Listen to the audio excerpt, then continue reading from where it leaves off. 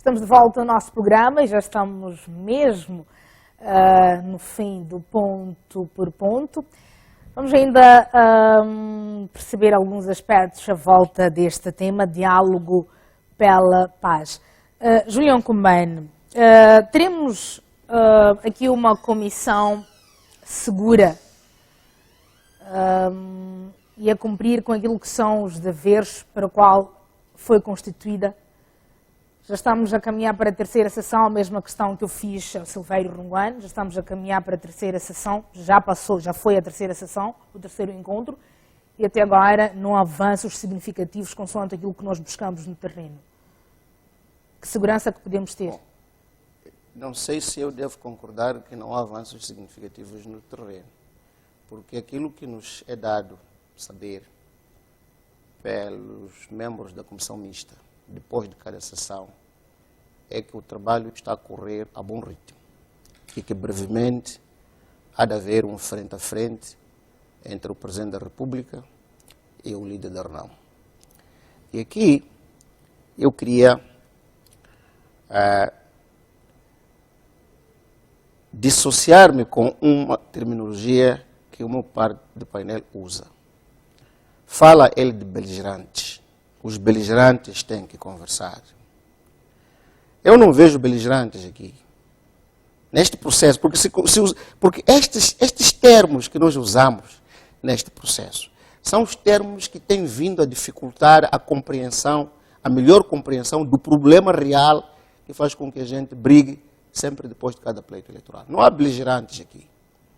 Aqui há um governo que foi eleito, que está a ser impedido de governar por um partido armado que não foi eleito.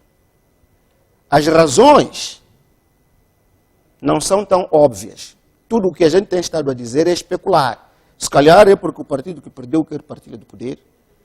Em algum momento se disse que é porque queria governar as províncias onde ganhou as eleições por cima da lei, etc, etc. Portanto, há muitas razões que foram apresentadas como justificação para que um partido armado, que foi às eleições e não ganhou, reivindicasse uma vitória que não foi verificada no terreno e, como forma de reivindicar, se fizesse as estradas com seus homens armados e começasse a fazer ataques a alvos civis. Qual é a responsabilidade de quem está a governar numa situação destas? É proteger os cidadãos.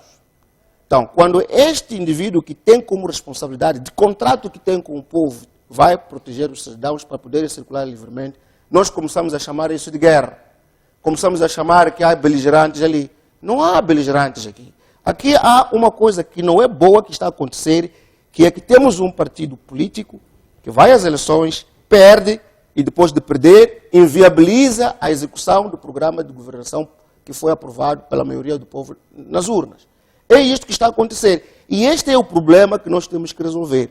Penso que a agenda que deve estar a ser produzida, que se diz estar a andar muito bem neste momento, deve ser tal que vai se sentar para os dois, para um poder dizer por que comanda homens para ir às estradas e o outro poder ouvir e dizer provavelmente o seguinte: olha, meu compatriota, eu penso que esse não é assunto para eu resolver sozinho. Esse é assunto para nós todos resolvermos como um povo. Porque este país não pode ser negociado entre o Presidente da República e o líder da RENAM. Já vai continuar com o senhor raciocínio. Este país é todo nosso. Estamos já acima da hora. Deixe-me passar a palavra para o Silvério Runguane, mesmo em jeito de considerações finais, para fecharmos este tema. 1 minuto para cada. Eu queria fazer mesmo um apelo, de fato, para que os beligerantes possam entrar em acordo o mais rapidamente possível, porque é isso que chama. Nós estamos perante, de fato, uma guerra. Agora, as causas, as razões é outra coisa, não é? Mas quando morrem pessoas, quando são destruídos bens, portanto, parece-me que o que está em causa é nós ultrapassarmos até este tipo de discussões, é guerra, não é guerra, é beligerante, não é beligerante. Do que se trata é nós olharmos para aquilo que é importante. O que é importante é o interesse nacional. E o interesse nacional está a ser, neste momento, lesado, por exemplo, pela carestia de vida. Não, está a ser lesado pelo conflito. Este é o grande problema. Quando descontam o conflito para falar do interesse. O interesse nacional está a ser lesado porque o governo eleito não está a ser permitido governar em ambiente de paz. Isso é que lesa o interesse nacional, não é a carestia de vida. A carestia de vida é uma consequência. Paz, porque sem paz nada é possível. A única alternativa à paz é a própria paz. E a falta de paz ela já evidenciado também problema de má governação, não é?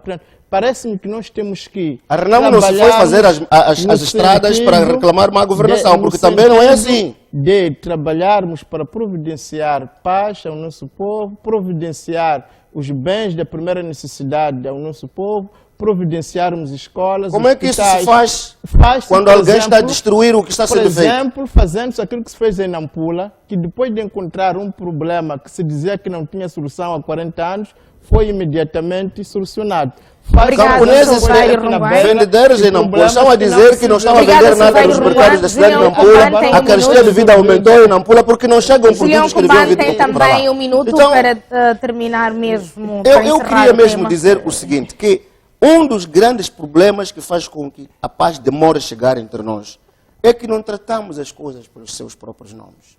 Eu tentei aqui dizer que a causa deste conflito é alguém que não sabe reconhecer a derrota nas eleições. Essa é a causa que eu estou... Agora, nós temos que procurar saber, como um povo todo, por que que este nosso compatriota, este nosso partido... Vamos terminar por aqui, já estamos muito acima da hora. Já estamos muito acima da hora, vamos fechar o nosso programa. Ao nosso telespectador, gratos pela atenção dispensada. Voltamos próxima quinta-feira, após o Jornal Principal, para mais um Ponto por Ponto. Boa noite, até lá.